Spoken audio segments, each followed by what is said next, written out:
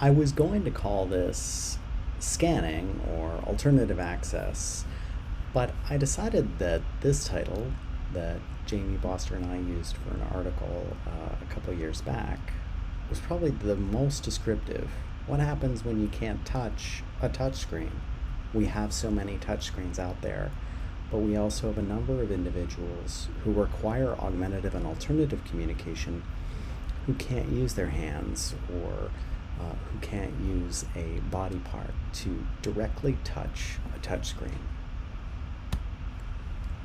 The touchscreen idea has been around for a while. In fact, you can go all the way back to 1965 when we had this first idea of what it would be like to touch the visual display that you're working with. But really, when you get to 2007 and the first iPhone, that's where we really had a lot of explosion with touchscreen technology. Certainly in AAC in the 90s, there was some great excitement and evolution with touchscreens, but it still wasn't quite the same kind of mainstream availability that we have certainly now. And in 2013, the idea of scanning got built into Apple devices, and that was really quite tremendous because it meant that built into an operating system, people were thinking about, well, what if somebody needed to access this in a different way? And so we had a lot more universal access. What's the basic idea of scanning or your option when you can't touch something? What do we put out there? The idea is that the cursor offers choices to you, and then you signal the system in some way, frequently through a switch, to make a choice. And so this is something that we can do. I have a few demos here on scanning, and I'm going to use Cough Drop to do that. And Cough Drop's a open source application that I'd certainly encourage you to try out. And so here's I'm in the screen here. If we go out to the dashboard and I look at some of my boards. Okay, so here's a board in Cough Drop, and normally I might reach out and touch the item that I want, but what if I couldn't do that? Well, that's where we get into scanning. And so I'm going to exit speak mode in Cough Drop, and I'm going to enter into my scanning settings. And in this case, I'm going to enable my switch activated scanning, and I'm going to base it on different rows. And in this case, I'm going to set a certain scanning interval for milliseconds, and then I'm going to use the spacebar key to select things. So I'll save my settings here, and I'll go out to a board. And now I'm getting choices offered to me, and each row is ultimately a choice. I didn't quite get to the one, so now I need to pick my item that I want, and let's say it's stop. I wait. It's in this row. Now it's going to go through the columns. There's stop. And in Cough Drop, I've enabled the text enlargement here to help out. And now I've got stop. Well, if I want to clear this out, and I'm completely in charge of it myself, that clear button is over here. So I'm going to start my scan and quickly move to it. There's my clear button, and I've been able to clear it out. So scanning is offers,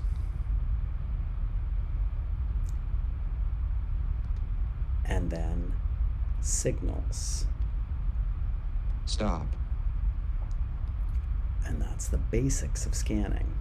But we're going to have to talk more about other things we can do with scanning.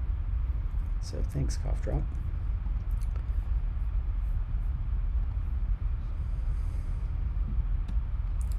Well, let me start a discussion of scanning by telling you some times that you should not use scanning, and then I'll give you some other advice on when you should. When should you not use scanning? Well, that's when you can still directly select something. I used cough drop to show you that I could quickly get to some items, and I was pretty fluent with it. But still, I had to do a lot of waiting for that cursor to travel around just before it could get to the item I wanted. And when you can directly select, you can go directly to the item that you want. So direct selection is something you've got to investigate, and maybe it isn't a finger point. You've got to be creative. Do you have any body part that you can use? A finger, hand, toe, a pointing device? Eye gaze is still considered direct selection because I'm directly looking at the thing that I want to pick. That's really important. Eye gaze is still direct selection. Beam of light, so a laser pointer that maybe you have, or a head stick that's attached to my head that I can then access a regular keyboard, a mouth stick. Any of these things could still allow me to directly interact with the display. And so whether it's eye gaze, and here we still have eye pointing where this person's looking at my eyes and interpreting the signals, but this user is still the one who's looking directly at items and not waiting for something to happen. Here's a head tracker that I might have a reflective dot on my forehead that this tracker can then use my head movements. Here's somebody using his toes to access this. And Chris Klein, who's an ambassador for PRC, also uses his feet and toes, and he's quite quick in typing out his messages. So don't give up on this. Make sure you're really exploring it. Maybe a Keyguard would help. And these things, now that we have 3D printers, you can get these pushed out really quickly, different sizes.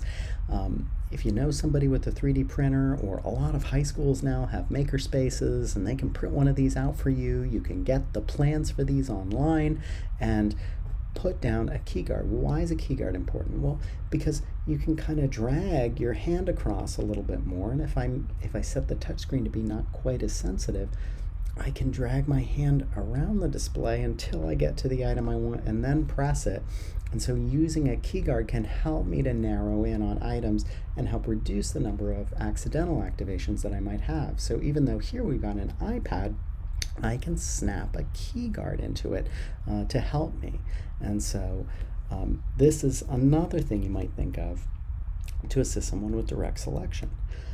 An adapted stylus. Amy Ramon talks about these on her Amy and Pal's website, and this is a piece of PVC pipe and a pencil that's stuck through here, and now all of a sudden I have an adapted stylus. So even though I'm not able to isolate a finger to point, I can grab onto this pipe enough to still move around and point with this eraser. And you can get an adapted stylus. Just remember, the eraser is not going to work on a touch screen, but you can have styluses that work on a touch screen, so you could still use something like this. Okay, what about eye tracking? Well, so yeah, there are a number of eye tracking devices. I've gotten much smaller, the calibration's gotten much quicker, they're not dependent on both eyes all the time anymore. You can have it zero in on one eye. Eye tracking technologies come a long way. In fact, we're even finding ways, there are betas, so this is going to hit kind of mainstream pretty soon, I think, that you're going to see more eye tracking technology available on an iPad. You can already do head tracking on the Predictable app. I mentioned that before. Some basic head tracking options available in some other apps too, where it looks at your head movement. But this is definitely becoming more and more. And so eye tracking is a great thing to try. You have to watch the position of your device and get it set up in just the right spot so that it's going to work for somebody. And it does demand your attention as you have to fix your eyes on there, although there are ways to take a break. Signal it that, hey, I need a break for a second, and that's something you definitely want to encourage people to do when they're using eye tracking as their selection mode. Eye tracking, still direct selection. Something you want to look into before you get into scanning. Eye tracking is not going to work for everybody though. Some people have significant visual impairments, and they have problems with positioning such that getting their head stable enough to use eye tracking is not always going to be possible. Okay, so when should you use scanning?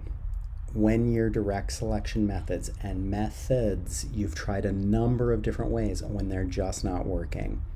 Also, you've got to consider, well, what does it mean that they're not working? Maybe they're highly fatiguing. So yes, the person can do it, but they get really tired out because of the amount of effort required to get something into a precise spot. Scanning's less so you go with scanning.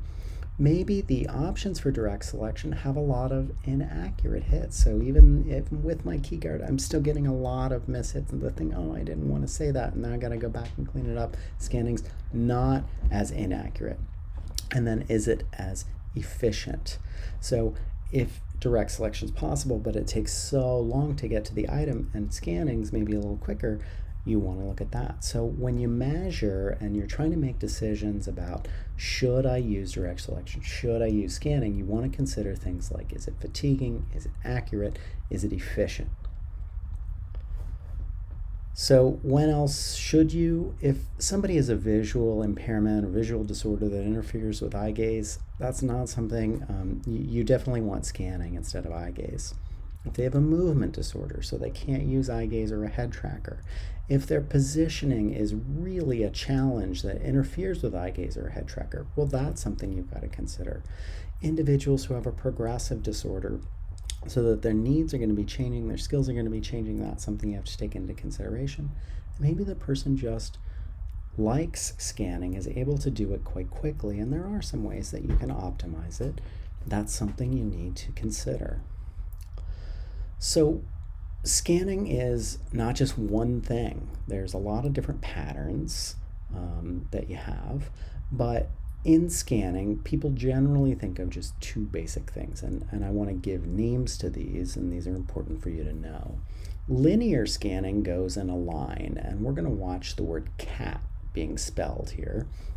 And the cursor moves along. There's my selection for a C, the A, and now we wait a bit for the T. But each item is scanned individually, and you can see in the letter C I've got to wait quite a bit. This keyboard's optimized so that more frequently occurring letters are going to be scanned early on, and less frequently occurring letters, like Z for example, and Q, you got to wait a while to get to those. So is there a better way? Well, yeah, we could speed things up by scanning the row first and then going down the column. And you can see I'm quicker to get to spelling cat using this method. And in my earlier example with cough drop, I was using row column scanning to get to the item that I wanted to illustrate. One last time. There we go. Okay. Automatic scanning. This is where the user has one switch. In the example that you just saw, that is automatic scanning. Each item's highlighted for a set amount of time. And if the switch is activated when the item's highlighted, then that item's going to be selected. If the switch is not activated, the highlight moves on to the next item in the scanning pattern.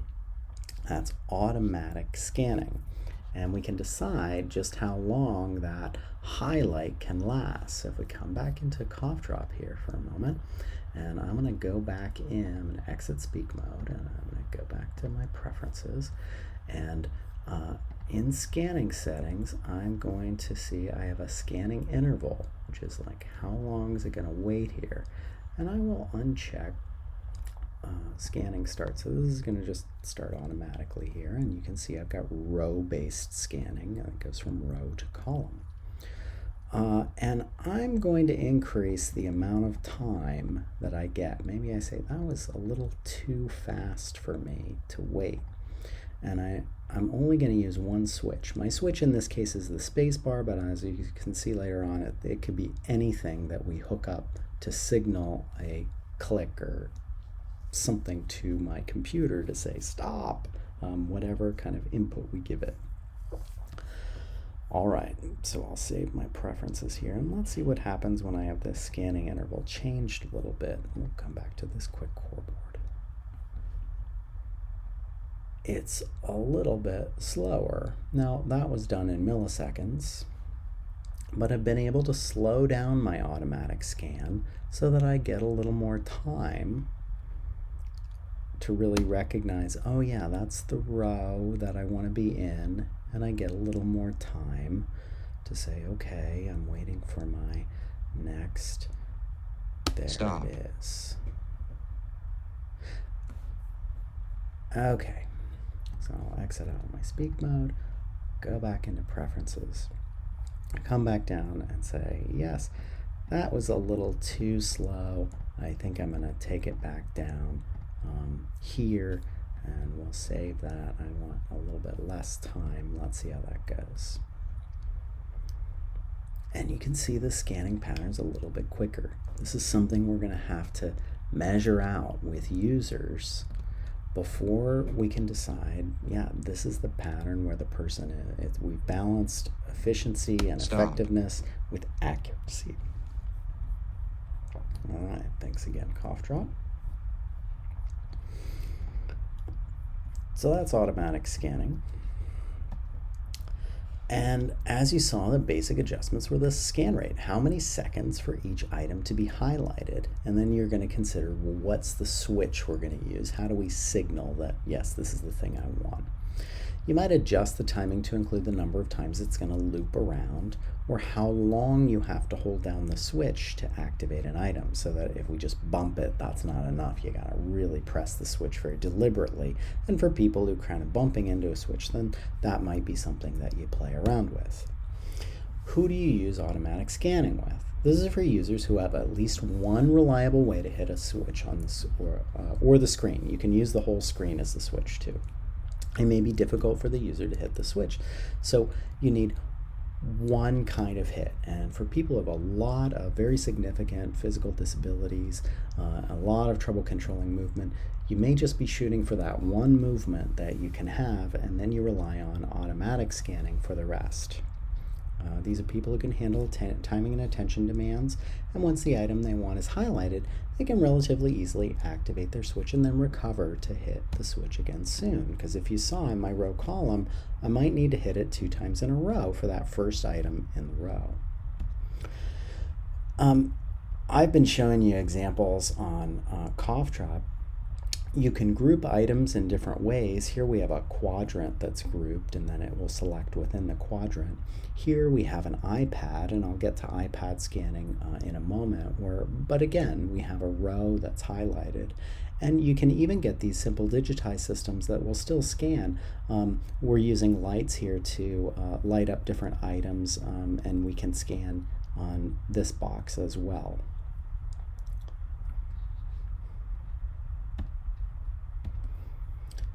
Circular scanning is something that I think doesn't get enough attention, and it's something that I think for young children and other people who might be having more trouble understanding this traveling box idea, there's something about circular scanning that's a little bit easier to understand and anticipate. And whether that's because of analog clocks or whether it's because of something else relative to that kind of motion that has a sense of completeness to it in itself, I'm not sure I could say exactly the psychology behind it. But in this one, it may dial around, and then when I hit the switch, it's going to give me the item that I want. This is, for those of you a little more technically inclined, this is just basically a little motor in here that drives this. And so mechanically and electronically, this is a pretty simple piece of equipment here.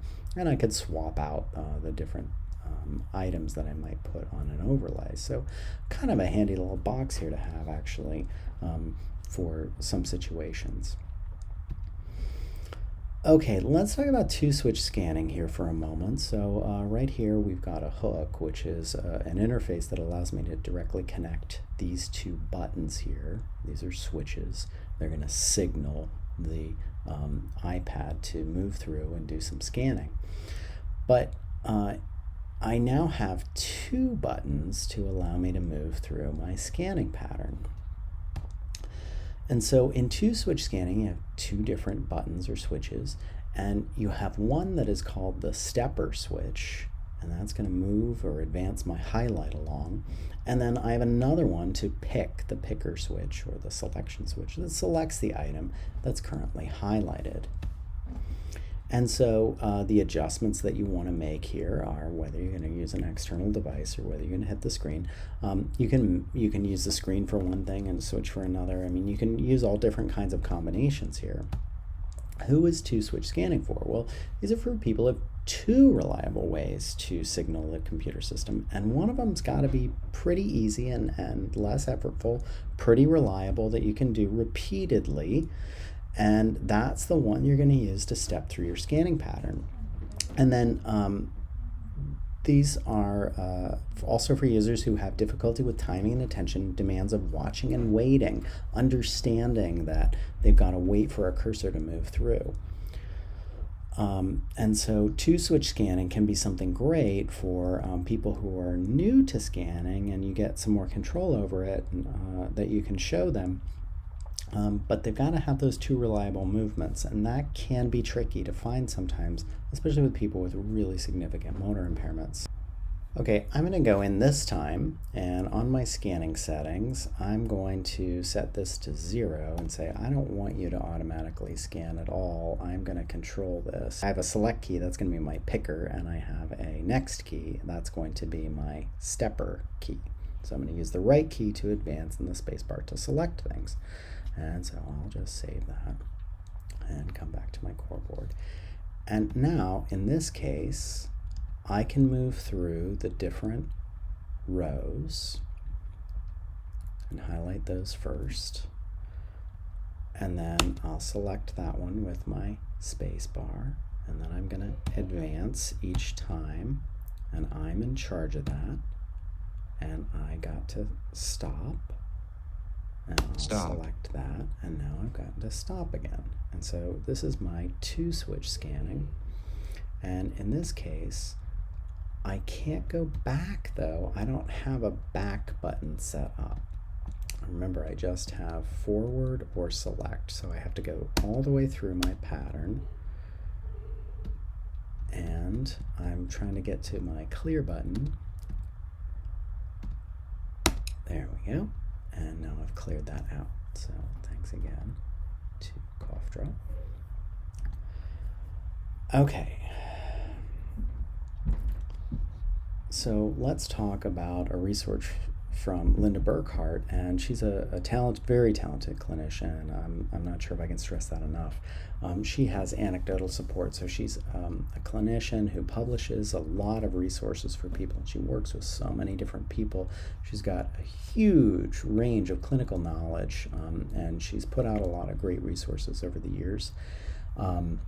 Just wanted to say she is more of a clinician than a researcher, so a lot of her support behind her work is going to be anecdotal.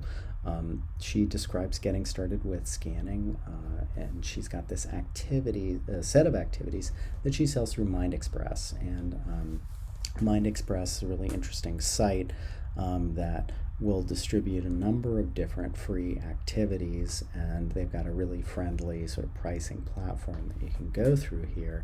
And I encourage you to go check out MindExpress and search for steps before step scanning, and you can learn a little bit more about her approach. But I'll just give you a little preview of it here. There's Linda Burkhart, and thanks so much to her again for her work and contributions to the field. Oops. Two switches to success. Steps before step scanning.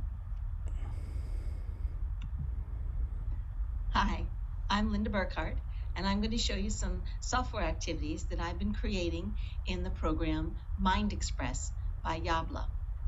The activities that I've been creating are called Steps Before Step Scanning, and they focus on the first 4 stepping stones of the stepping stones to switch access process that I've been talking about over the years.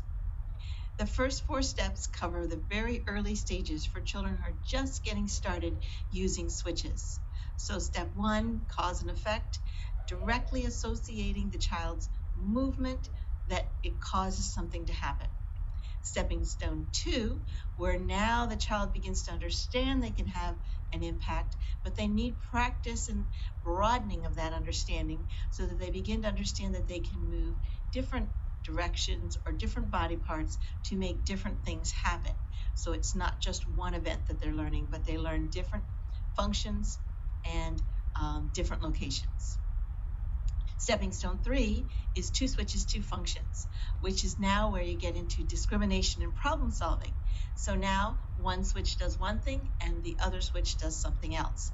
So the child can play between the 2 switches and get different feedback depending on which switch they select at any given time. The 4th step in the stepping stone to switch access process gets children closer to step scanning, and it defines the function of one switch as the mover to move something across the screen and the other switch as the get it switch. So now the child is beginning to learn the function of the 2 switches for later use in step scanning, moving through their choices and selecting something that they would like. These activities are designed so they're customizable. You can put in your child's photos of people they know, videos of the individual, or perhaps videos you download from online, songs, things that the child might show some familiarity with, and thus increase their motivation for interacting with the software. Thanks for watching. More information at lburkhart.com.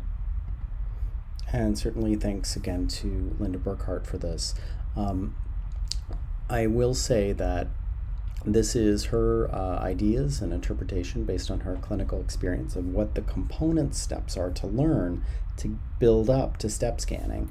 And for her, she says, hey, we want to start by just, hey, one switch does something on the screen. And I think her activities are set up to be quite fun for kids and have things going on the screen.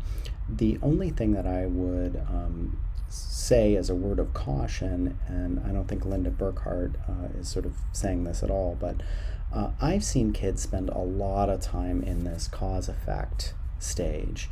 And I think if you're spending a lot of time showing kids that when you hit a switch, something happens on a screen, you need to teach it in a different way. Kids can't be working on that for days or weeks and months at a time.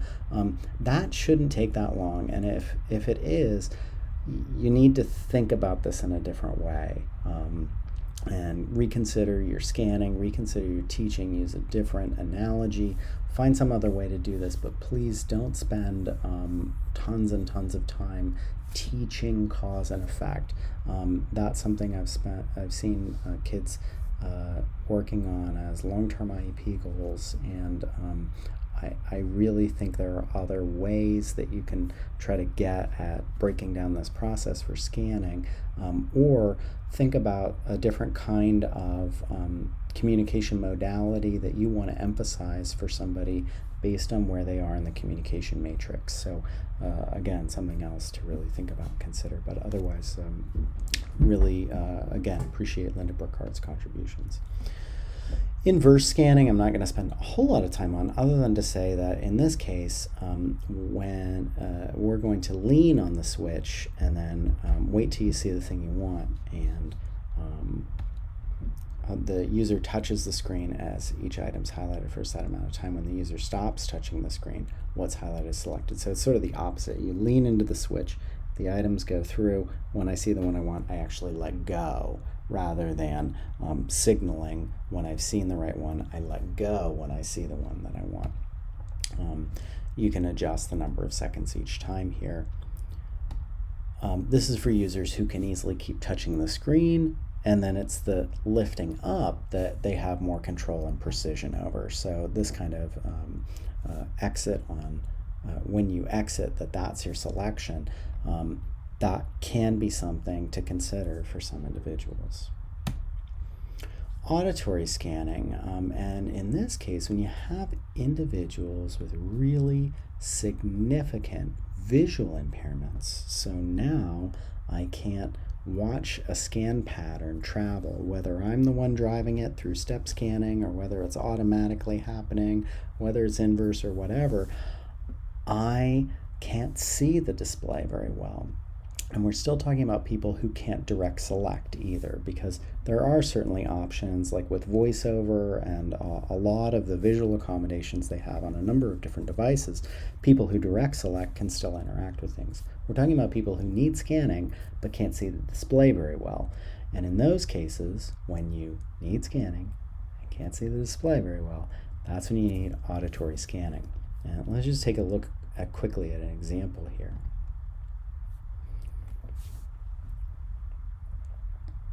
Jake, we're just going to show people your iPod and how it works. So basically the actual adapted iPod is in this little case that hangs off the back of his chair. And it's connected to these external speakers. He hears auditory prompts that they go through these lists.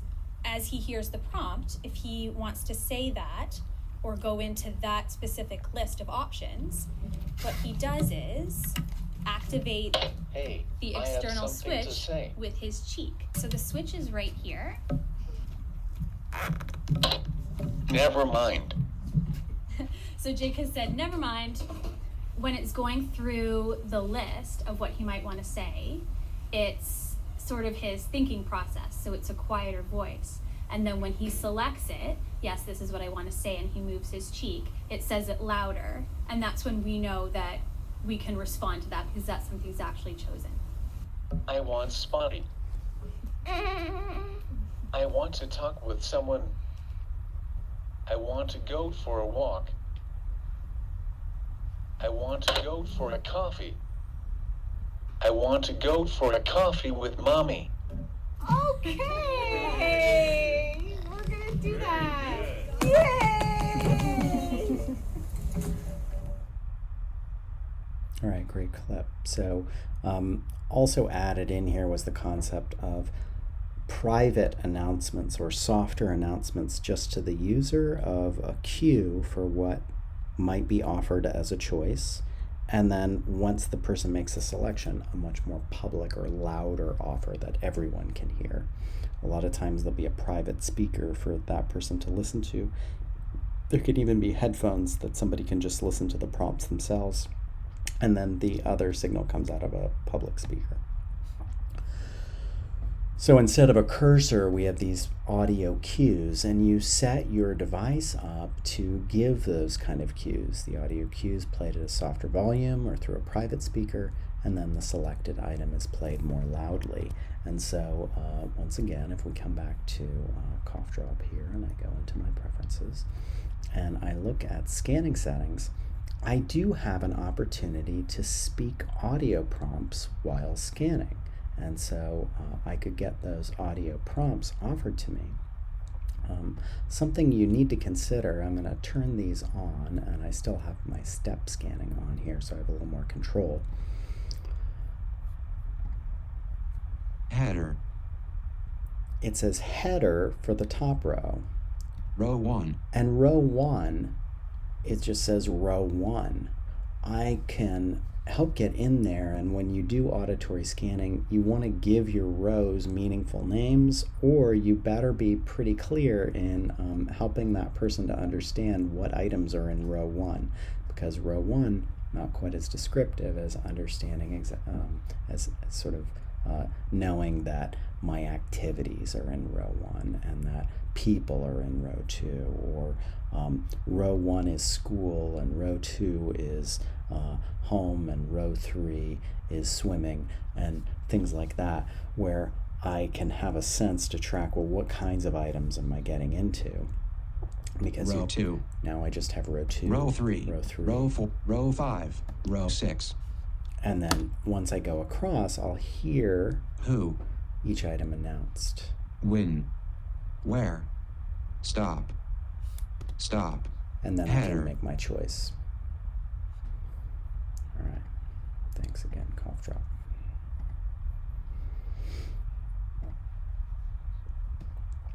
All right, brain control interface is something I just want to bring to your attention because I think you're going to be hearing about it more and more. And this is where computer detects a selection made by a person based on changes in their brain electricity. I'll say it here. But if you think about an ABR test that we have for hearing, these are things where we can scan for certain changes in brain patterns based on sensors that are on the head. And we do this with newborn hearing screenings, right? And when we do ABRs. And so brain control interface is not unlike that, where the computer will recognize specific changes. And generally, these are pretty non-invasive ones now. Originally, these were quite invasive ways to get at changes in people's signals, but now we have great non-invasive ways of doing that. A net that you might wear on your head. What's the future? Well, right now we're getting to the point where we may be able to direct a cursor like a mouse left and right. Will we ever get to a point where I could think of a particular word and get there? Not the way it's currently evolving in looking for a couple of specific markers from people, but it's difficult for me to say exactly how we can direct things. And there's all kinds of different sort of workarounds in this case. For example, there was a device that came out of MIT that would sense the movements that you were making for specific phonemes, and then it could translate that into words themselves. So it could kind of detect the patterns that were required to make the movements happen. That's different than BCI and what it does at the moment, but again, it's an interesting, different approach. So I think these kinds of interfaces are quite interesting and important to track.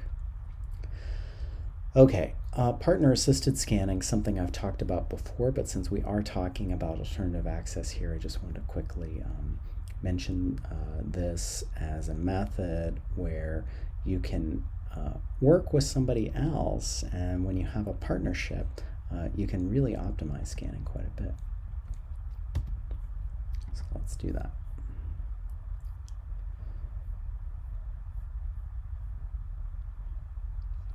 Harvey Frank has ALS, amyotrophic lateral sclerosis. He is not able to speak and uses special systems and strategies in order to communicate. He does not have the ability to move in order to directly point to the letters of the alphabet. Instead, he uses a special system called scanning, which allows him to select letters without moving. With scanning, the letters of the alphabet are arranged in a grid. Here is an example of a vowel-based scanning system. The first letter of every row is a vowel. The communication partner will start by calling out the rows.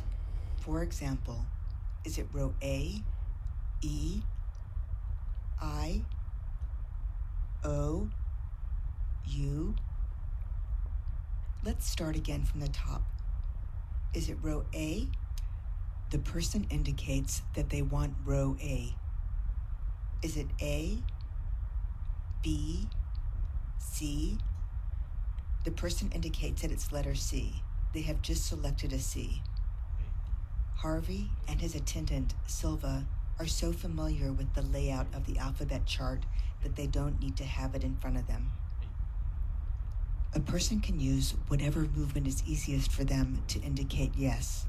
It can be a head nod, an eye blink, or a glance in a certain direction.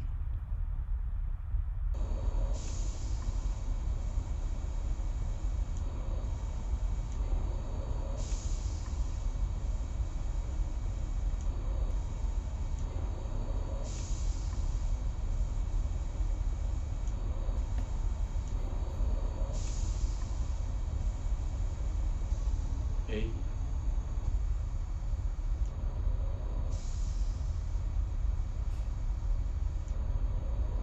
A, B, C, D.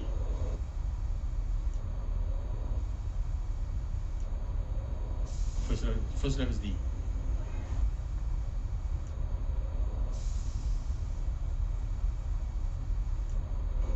A, E, I, O, O, P, Q, R, S. Second letter is S, D, S. So you want deep suction.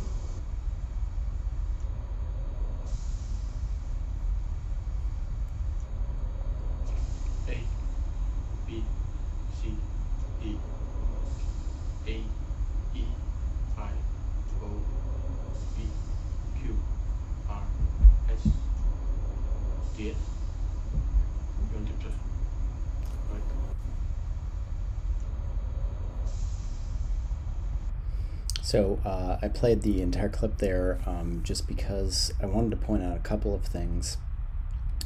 One is that when we looked at partner-assisted scanning way back in talking about the inpatient setting, I stressed that it's really important to have means to signal yes and no, because the stakes are quite high in a medical setting and you want to be convinced that somebody's really made a choice, so you have yes and no signals. In this case, we have somebody who's in a daily setting, and speed is a lot more important and efficiency is very important. So we're not spending time saying no to every item, and that helps speed things up. We just have a yes signal. The other thing is you don't always have to spell out every single word, and you can use acronyms and use acronyms very effectively to convey a variety of messages. We all use acronyms in texting, and you can start to think that you could have quite a few acronyms that would allow you to get access to several regular phrases. And if you think about, you've got about 15 seconds to compose an entire phrase. If they had to spell out every letter of that, it would take way more than 15 seconds. But 15 seconds to get a couple of different key important phrases or sentences out there is pretty good. So two things I wanted to draw your attention to there. What do we know about scanning in children? I'm going to just not go too in-depth into the research here, and I'll just sum it up for you. It's really hard, and it's slow, and it's difficult to teach. So we have to keep these things in mind with scanning. It's one of the reasons why I say please investigate direct selection as deeply as you possibly can. Talk to your OT, talk to your PT, explore adapted equipment, other positions, really go through and think about this. Seating and positioning is absolutely critical. And innovations don't always carry over to scanning really easily. So we have things like visual scene displays, for example, which are fantastic in getting kids communicating really early, but they're kind of tricky to scan in.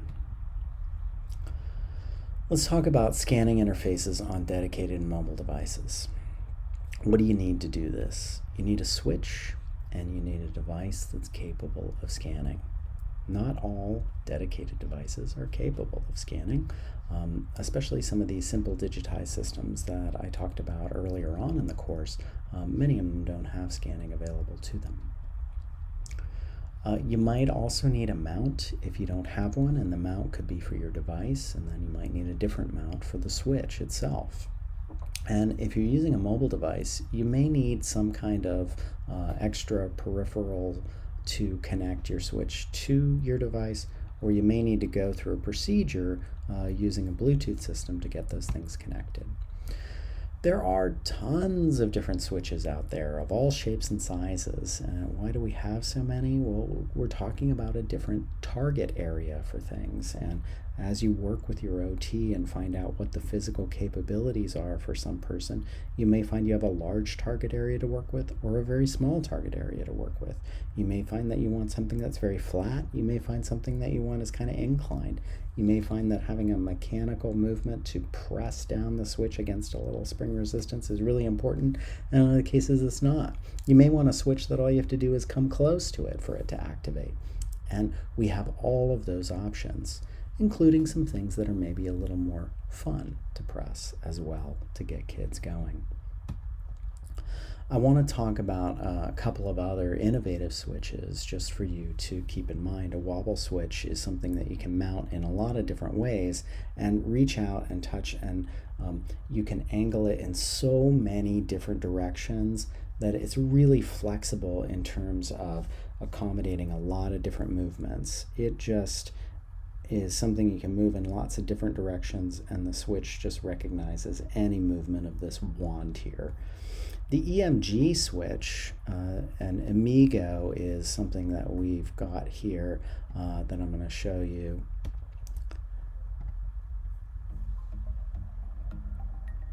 Hello, and today we are going to talk about the Amigo Assistive Switch. The Amigo uses very accurate EMG technology to pick up tiny muscle movements to trigger electronic assistive equipment. It works with any working muscles such as arm, hands, legs, and facial muscles.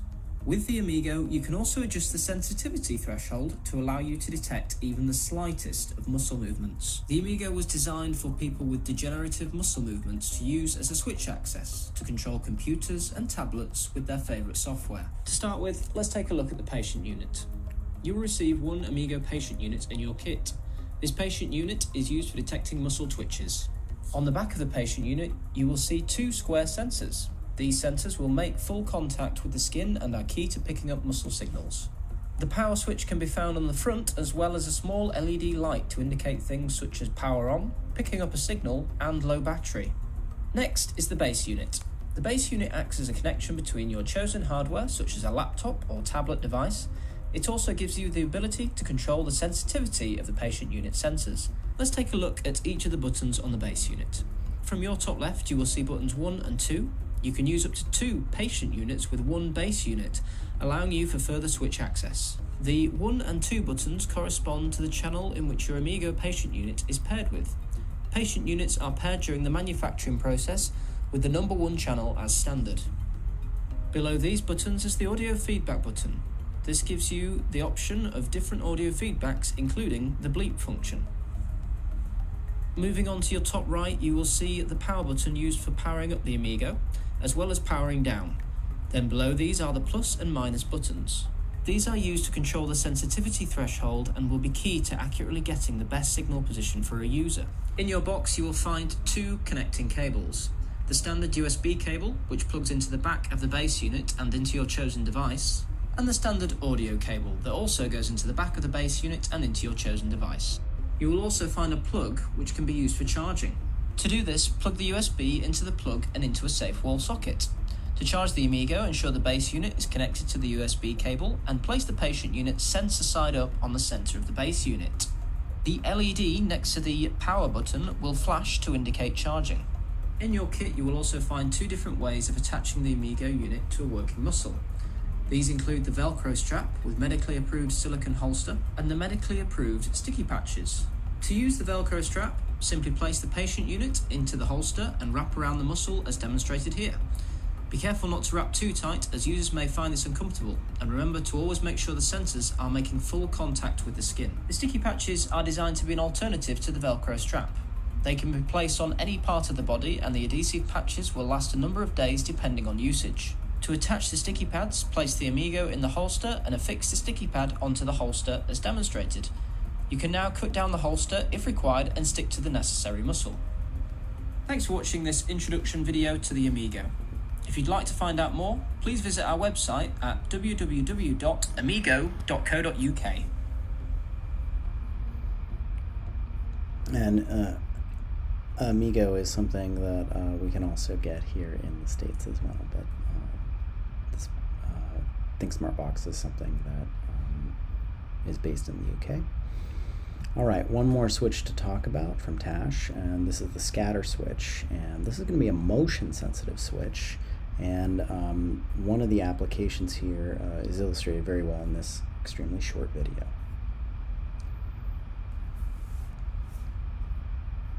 This is the scatter switch.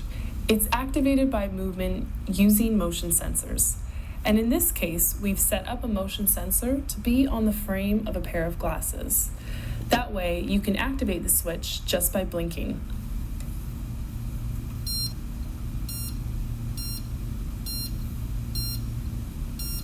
As you can hear, the switch is activated with every blink of my eye.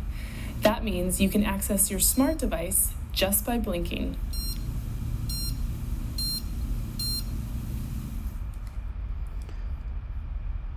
And that's done with Tekla, which I'll talk about in a moment here, or done by Tekla, so a way you could drive that Tekla unit. The nice thing about this switch is you can set it so that it'll ignore your just regular blinks that you might make, and you could see she was making much more of a deliberate blink to signal the switch, but something you could hook on somebody's eyeglasses and allow them to make selections. So if you think back to Harvey Frank, who was using eye blinks previously, this is something he could potentially use, although he's already got a pretty good system with his attendant there. Okay, I mentioned mounts before, and you do need to find a way to mount your device so that somebody can use it and access it. And even somebody is using some kind of direct selection here, we've still got to get the device positioned in such a way he can't just carry it on his lap, and that's going to be really difficult. So we've got to find a way to get it so that it's stable. A lot of these have an arm that swings, a joint that you can really get very solid here. It's not going to move around very easily, and it mounts up to the wheelchair.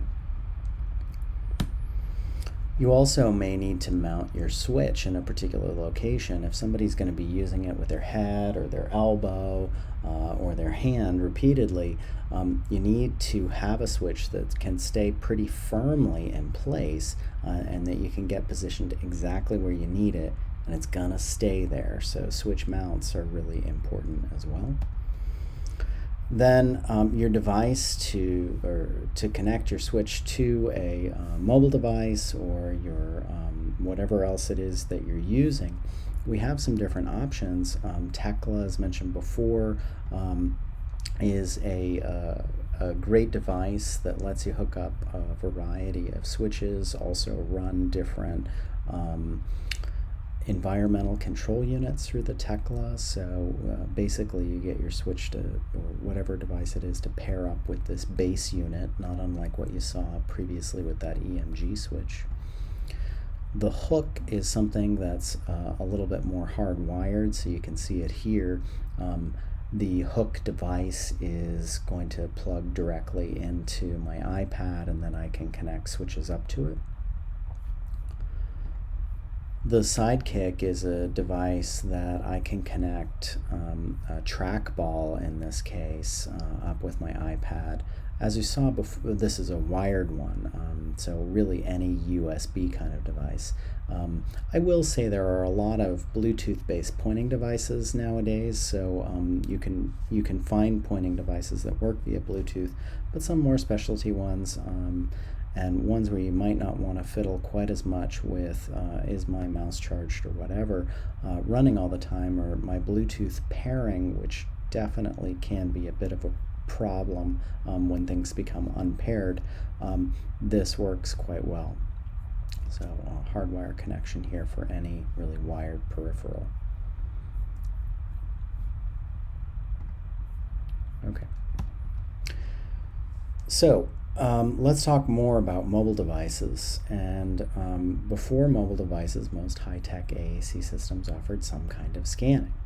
And these were your dedicated devices. Now, mobile devices had voiceover for individuals who had visual impairment, and they had some accessibility features built in, but not right away for motor access problems. But now, we're really seeing a tremendous explosion in response of major mobile device manufacturers to different accessibility options. And so really a big kudos to Apple and Android and Microsoft and for mobile companies for recognizing the importance of universal design.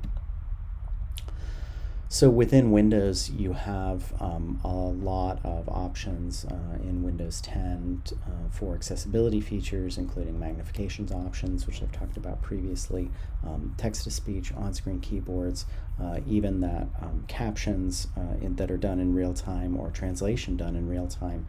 And I showed you that before, something you can work into PowerPoint, things with dictation where typing can be done really quickly directly into a Word document. And Windows is the operating system that drives a lot of different AAC devices. So at its heart, Tobii Dynavox devices are generally Windows based. And the same is true for PRC devices, except for their tablet extension. So the Prio is a iOS device in the end, as the name suggests. Prio is for iOS. Apple has a lot of mobile devices as well as desktop systems. And I mentioned Apple Watch here so that I wouldn't forget that there are actually apps on the Apple Watch. So Proloquo to Go has an Apple Watch app that you can get, and it'll interact with your other device or have some very basic communication functions on it. So don't forget about those kinds of things for people looking for really portable options. And there are a lot of different apps that are designed for iOS. And some of these have their own accessibility features built into the app. So as I've been working in Cough Drop, for example, I've been using the accessibility features that are built into Cough Drop. I haven't gone into my Mac desktop and used my options there, but I could do that.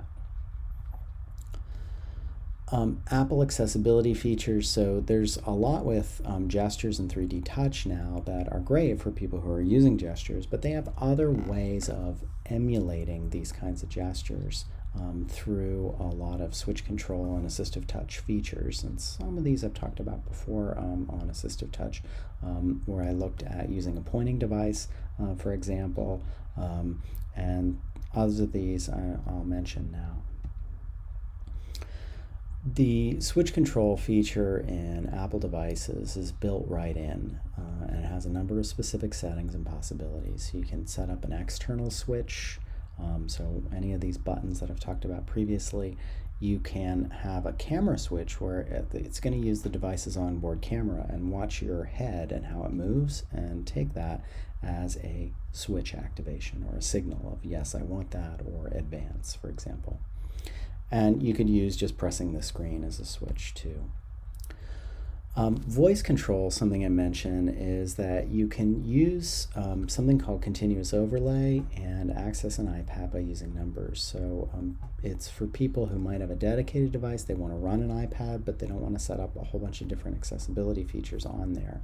So I'm going to actually go over to my iPad for a moment, and I'm going to start by showing you just that voice control option. And then I will talk about scanning a little bit more there. But let's start out by getting into our options for voice control. So I'm going to go into settings here.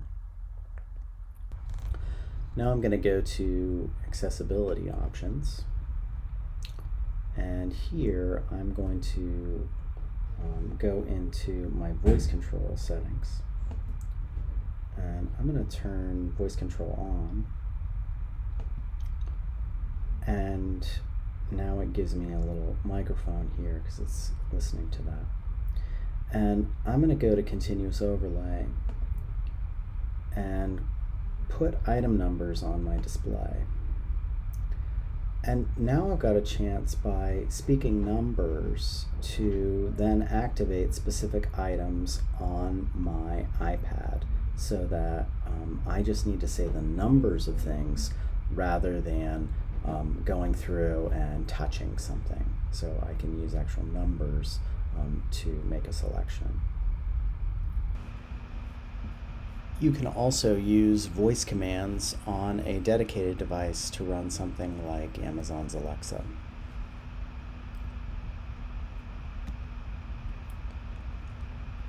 Anytime you're using the accessibility features, especially switch control, I recommend that you give yourself an option to use your accessibility shortcut to switch control if you're trying this on your own. So if you have an iPad device that has a home button on it, then pressing that 3 times may turn things on and off. You can use double tap on the power button for devices that don't have a home button as well. Switch access is also something that's available in Android, and so I've got a video embedded in this show, and in the interest of time, I'll allow you to check it out on your own a little later. But it's quite analogous to the things that I can show you in iOS. It's built directly in. You have an accessory switch, camera switch, screen switch. Here's how you get there in terms of commands, settings, accessibility, dexterity, and interaction, and then you go through this way in the Android system. You may want to use the settings within an app, so Predictable has its own scanning within there that you may want to use, for example, or you can use switch control as it's offered through iOS. I'm going to go to Settings, and in this case I'm going to go to Accessibility, and now I want to go to switch control. And I've got a way to turn switch control on. I'm not going to do that just yet. I'm going to put some switches in here first. And I'm going to add a new switch. And I'm going to use the camera for this one. And I'm going to say my left head movement is something that I'm going to use as a tap. So when I turn my head to the left, I want the iPad to think of that as a tap. And when I turn my head to the right, I'm going to use that as a way to hit the scanner menu, and that's going to come up as being a little bit important later on. So I've got taps, and then I have the scanner menu that's going to give me some choices as well. So I'm going to come back to switch control, turn that in a moment. Scanning style I have here as automatic, which is something we learned about before. Manual scanning would be something where the switch is going to engage to move my focus, and then another one's going to activate. And I can also just step scan with a single switch, and then it'll select if I don't do anything at all. So we've got two different ways to step scan here. A two-switch scan that they go manual, and then a single switch step scan as well. I'm going to leave mine on automatic for a moment. And I have my accessibility shortcut as one that allows me, and it's way down here at the bottom, to turn switch control on and off. And I've got a number of other things I can control with my accessibility shortcut as well. But let's come back out of here, and I'm going to go to my home screen, and I'm going to use my accessibility shortcut to turn scanning on. And in this case, I'm going to have you sort of watch my head here, because I'm going to use it for my signals. And remember, I had a left click to indicate or a left head movement to indicate tapping on something. So we'll see how well I can get this to work. Let's turn that on.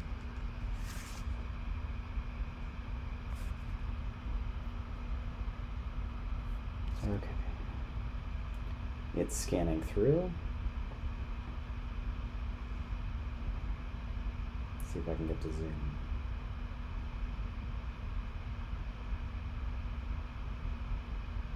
And it opened up Zoom for me. And now it's going to interact with this app so that hopefully I can do something there. Alright, and it's going to continue scanning through here for me again because it's on automatic. I'm going to try to use my right head movement in this case and get to the scanning menu.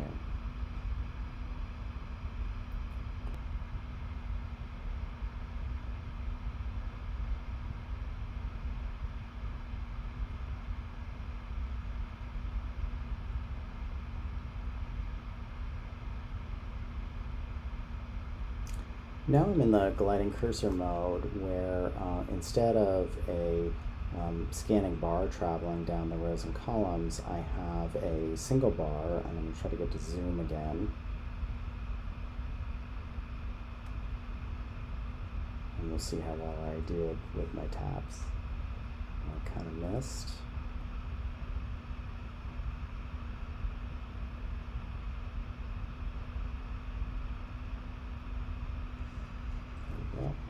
I'm going to turn switch control off. And we've got a variety of ways now to control functions here.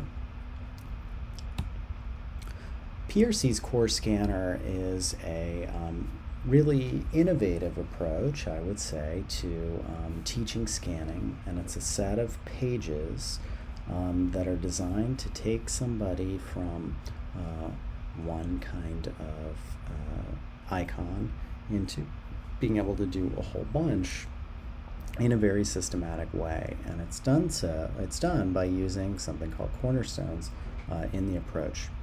And here, if you watch the color blue, it comes over and becomes our first cornerstone. And then these are my other what are going to be called cornerstones, because each time that corner moves to the orange group cornerstone, I'll show you that in a minute, and purple is our purple group cornerstone, and gray is the gray group cornerstone. And the thing is, instead of scanning rows and columns, it's going to scan my cornerstones all the time. So it's going to go through my blue group or my orange group or my purple group. And I've learned each of these as being really critical from the beginning, and then we start adding in more items to each group. Within a group, you have a list or another set of categories that you can get into to launch even more words, but it's still based on this cornerstone idea. Let me have PRC sum it up for you in their video.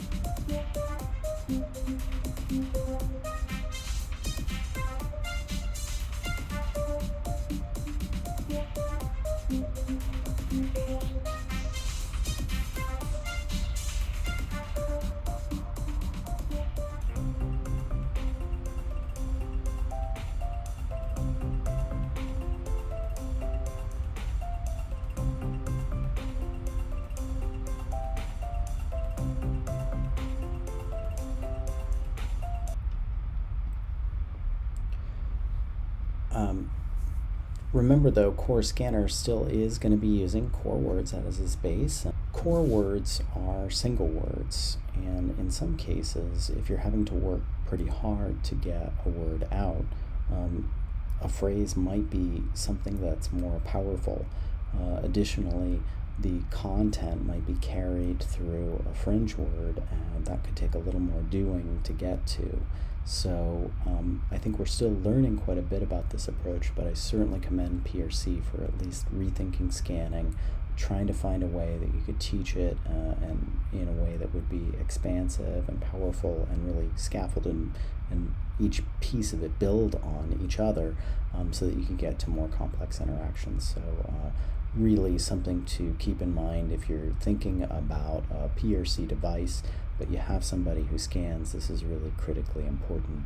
I would certainly say that looking at an accent in that case is really the way you want to go, rather than trying to do this on an iPad, because the speakers are better, the switch interface is already ready to go on an accent, whereas on an iPad it's going to be trickier to set up. Individuals who have a Chromebook, Bluetooth switch interaction is possible. You can also plug in other pointing devices through a Chromebook, and then you can get creative, but you can still use things. Chromebooks also have that number kind of overlay that you can put on things and drive things with numbers as well. So if you had a dedicated device and you wanted to announce numbers on it, you can do that too.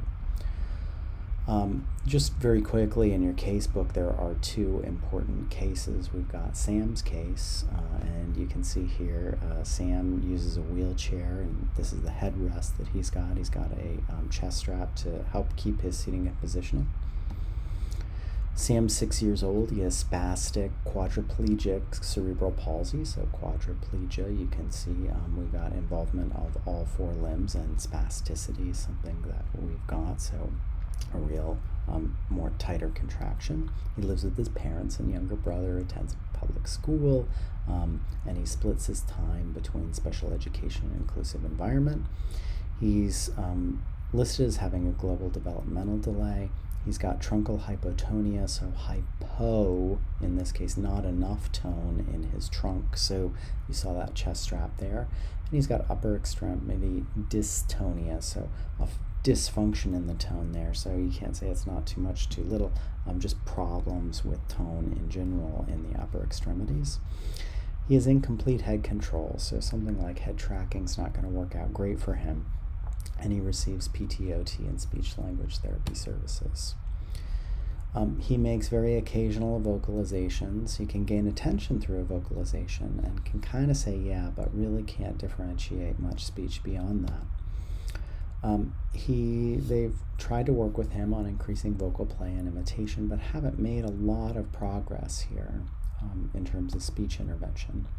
In terms of his language, though, something really to pay attention to by giving the receptive one-word picture vocabulary test and having somebody scan through the 4 choice items on this receptive test. Sam's scores were within normal limits for a 6-year-old. That means he understands a lot of words. They did the communication matrix with him and showed that he expressively would use some language to obtain objects, but really had limited use of language for social interaction. You can see the results here. This is black and white, so our dark color is going to be the things that he has mastered, and you can see we've got skills that are mastered in level 6 for abstract symbol use, and we even got some emerging things here in language. So Sam's got some skills, but he's also got some pretty significant gaps that you see him not using in other areas of the matrix. So we're seeing a lot of potential, but we're not seeing it across every area there. So when you see that in your matrix planning, you know, okay, I need to get at some of these other areas. I've got a lot of potential, so maybe I don't need to go back and try to teach Sam unconventional communication for C5 when I could do it at more of an abstract symbol level, since Sam's certainly got the capability to do so. So we want to bridge the gap between Sam's expressive and receptive language and enhance his expressive language skills in general. And that's the area that I'm going to focus on here, but certainly we want to support literacy for Sam. He's 6 years old and has receptive language within normal limits, so we want to get him to be able to spell, ideally. He started communicating with objects and photographs, but quickly advanced to picture communication symbols. He used an echo, which is a previous generation from your accent devices for PRC, and they were trying really hard to use direct selection with him, but it just was not getting there. They tried a Keyguard. They tried head control of a system, but his head control was such a problem they weren't able to do it. So really looking at scanning. And Corescanner wasn't out when Sam's case was written, but Sam's a really good candidate for something like Corescanner. And we need to get Sam participating more with other people, so we've got to open up communication, think about his social competence. And you could see that that area was a real weakness for him in the communication matrix. We've got to work with his family and find ways to give him access to the vocabulary that's really great and powerful for him as a 6-year-old. I want to talk about Brady, another case in the casebook, and in this case we have somebody who's 7. He's 1 year older than Sam. He also has cerebral palsy, but he has a cortical visual impairment, or CVI, and CVI is something that in AAC creates a lot of challenges, because we're not talking about somebody who just has an acuity problem, meaning if you just made things bigger or sort of were able to focus on the clearness of an image like you would with glasses, it would get better. We're having problems at the cortical level of dealing with visual information, which means that we've got holes, we've got gaps, we've got some things that work well, some things that don't work well. We've got a profile of an individual where you need to play around quite a bit to understand what this person can see, and that can still fluctuate even on a daily basis in terms of things that are really reliable for that person, maybe sometimes a little harder, sometimes a little easier. We do know that Brady enjoys baseball in Disney World, and so we want to try to work those interests into whatever we're doing with him. We've got informal observation and parent report. He's got a lot of problems with oral motor dysfunction, so speech is something that's really challenging for him. He does nod or shake his head, so he can respond to yes/no questions really well. So that's actually something they're able to chain through quite a bit and arrive at Brady's preferences. So they actually use yes/no questions quite a bit with him. And partners rely on partner-assisted or auditory scanning for him, and so announcing different choices or options and going through things in a predictable list so that Brady can make choices. He has an iPad mini, and now he'd be able to do even more with that as motor control options have really advanced. I'm going to move through onto language assessment for him. And just say that they haven't done formal language assessments because it's really challenging for him. But based on his yes/no responses to a number of things, we can certainly infer that Brady understands quite a bit about language. We want to support development of accurate yes/no responses, figure out ways that he can control his environment. We want to teach him full messages, we want to get access to core vocabulary, and we want his ability to put together multiple words so he can say unique messages. He's going to use auditory cues, so Brady's going to be an auditory scanner, and once again, Corescanner wasn't something that was available when Brady's case was written. It could be something interesting to try out with him. In the case of his case in the casebook, his team used customized rows that they really changed around so the springboard was an earlier PRC device, and he switched the echo, still earlier. But they used MinSpeak kinds of and core words to give him access to vocabulary, but they really customized the layout quite a bit for him.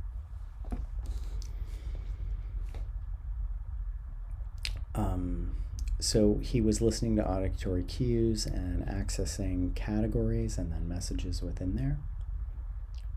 And he had a stealth headrest with a private speaker and a right lateral switch to do that. So you can see Brady's headrest here, and you can see how he could access this switch on the right. A little speaker here that he can just hear the auditory cues. Brady started high school, so we've advanced there. So we kind of went back quite a bit to him when he was 7, and now we've advanced farther. He seeks out input from peers and is looking to fit in more with other people. He participates in conversations with his peers. We need things that are going to help him to be a self-advocate as well. And we want him to be able to engage with different kinds of electronic media. That's the end of Brady's case, and I hope you'll take a look at both Brady and Sam's cases in the casebook to understand them a little bit better and see how scanning, whether it's visual or auditory scanning, can really make a difference. It's something that isn't going to work instantly, though. It's going to require a lot of specific and customized settings for each individual. Thank you.